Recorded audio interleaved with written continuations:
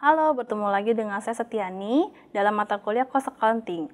Kali ini kita akan membahas topik mengenai job order costing ya. Oke, yang sudah saya jelaskan sebelumnya di overview, yang namanya job order costing itu merupakan keseluruhan biaya untuk yang pembelian secara custom. Jadi barangnya itu memang berdasarkan pemesanan dari pelanggan, bukan barang yang memang biasa diproduksi oleh perusahaan. Itu hal yang berbeda. Jadi kalau di job order ini, ya pasti kita harus mengetahui si customer ini maunya pesannya seperti apa, dan cek juga ketersediaan dari bahan baku serta bahan pendukung lainnya. Misalnya saja kalau si customer mau mintanya, kan kita sudah tahu namanya misal custom custom untuk case handphone. Nah, semua orang pasti tahu tuh. Ya kan, kalau kita mau custom seperti itu kan kita cek dulu ketersediaan dia mintanya apa, apakah maunya soft case atau mau hard case, barangnya ada atau tidak punya kita. Terus maunya di print itu misalnya foto dia dengan pacarnya gitu kan. Nah, itu bisa nggak printing kita untuk sesuai dengan cetak sesuai dengan yang memang diminta oleh pelanggan. Nah, itu memang harus pertama kali dicek terlebih dahulu. Karena ini kan bagian dari produksi ya. Jika memang itu tidak ada, tidak bisa disanggupi, maka pesanan pelanggan tidak bisa dipenuhi ya kan oleh perusahaan.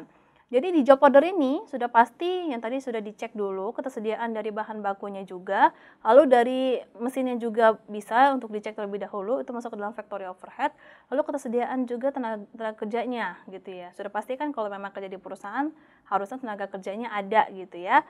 Nah, di job order ini berbeda dengan yang lainnya. Kalau di job order ini sudah pasti kita ada namanya kartu biaya pesan atau job order sheet. Jadi di job order sheet ini memang akan ketahuan bahwa si pelanggan akan memesan barangnya maunya apa, bahan bakunya apa saja, tenaga kerja yang dialokasikan berapa lama waktunya, lalu berapa banyak konsumsi dari si factory overhead-nya, apakah perlu konsumsi listrik, apakah konsumsi air, seperti itu. Lalu waktu pengerjaannya berapa lama, pieces yang diminta berapa banyak, gitu ya, kuantitinya berapa banyak, dan juga kapan sih akan selesai.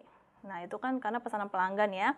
Bedanya job order dengan proses costing. Kalau proses costing itu kan sudah tadi yang pernah saya bicarakan itu. Jadi proses costing lebih kepada memang sudah biasa perusahaan memproduksi. Kalau memang sudah biasa memproduksi, berarti kan biayanya kan sudah pasti ada terus gitu kan. Maksudnya sama terus. Sedangkan di job order, karena dia berbeda pelanggan, pasti berbeda order, tidak bisa cost-nya sama. Pasti cost-nya masing-masing pelanggan berbeda. Nah, di sini ya kalau di proses costing, dia itu pasti bisa dialokasikan, atau maksudnya dia pasti ada inventory, ada finished good gitu ya, ada barang jadinya. Itu dialokasikan, kalau misalnya dari gudang pasti akan ditaruh ke dari gudang. Jadi gudangnya itu bisa saja kan gudang produksi ya. Dari gudang produksi bisa taruh juga ke gudang finished good inventory untuk dijual. Nah, kalau misalnya si job order itu enggak, setelah dia diproduksi, kalau bisa saat itu juga langsung ditransfer kepada si pelanggan. Gitu ya, langsung dikirim gitu. Kalau enggak, nanti akan numpuk di gudangnya juga gitu kan. Nah, ini kenapa inventory menjadi salah satu concern di dalam cost accounting, karena kalau inventory itu ternyata biayanya sangat banyak. Kalau kita perlu yang namanya gudang, sudah pasti harus ada penerangannya, harus ada yang jaga, harus ada CCTV, belum lagi harus kalau kita gudangnya besar sekali, barang-barangnya besar, mungkin harus ada forklift gitu ya, harus ada barang-barang atau misalnya yang pendukung lainnya, mesin-mesin pendukung lainnya untuk si gudang tersebut. Ya, jadi kalau di job order sheet ini, nah komponen biaya tadi ya, ada direct material, direct labor, sama factory overhead. Sama, hanya pasti kan nggak mungkin setiap customer itu sama semua gitu ya, barang-barang yang memang dimintanya. Nah, jadi mungkin bisa dibaca bukunya, itu akan dilihat mengenai summary-nya.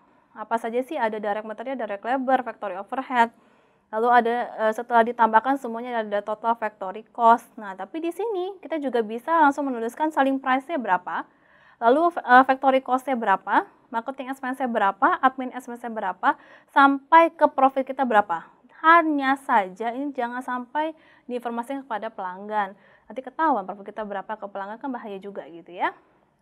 Nah, nanti tolong dibaca juga dalam bukunya, itu ada banyak jurnal, seperti ada 8 basic jurnalnya, yaitu material purchase, berarti pembelian material, ada factory labor cost incurred, jadi ternyata muncul tuh si burunya, ya kan biaya burunya, lalu ada factory overhead cost incurred, ada material use, lalu ada factory labor cost distribute, ada juga estimated factory overhead applied, ada juga jobs completed, dan juga terakhir adalah product sold. Nah, ini tolong dibaca dalam bukunya, masing-masing tersebut ada jurnalnya sendiri-sendiri gitu ya. Oke, sampai sini pertemuan kita. Sampai jumpa di topik selanjutnya.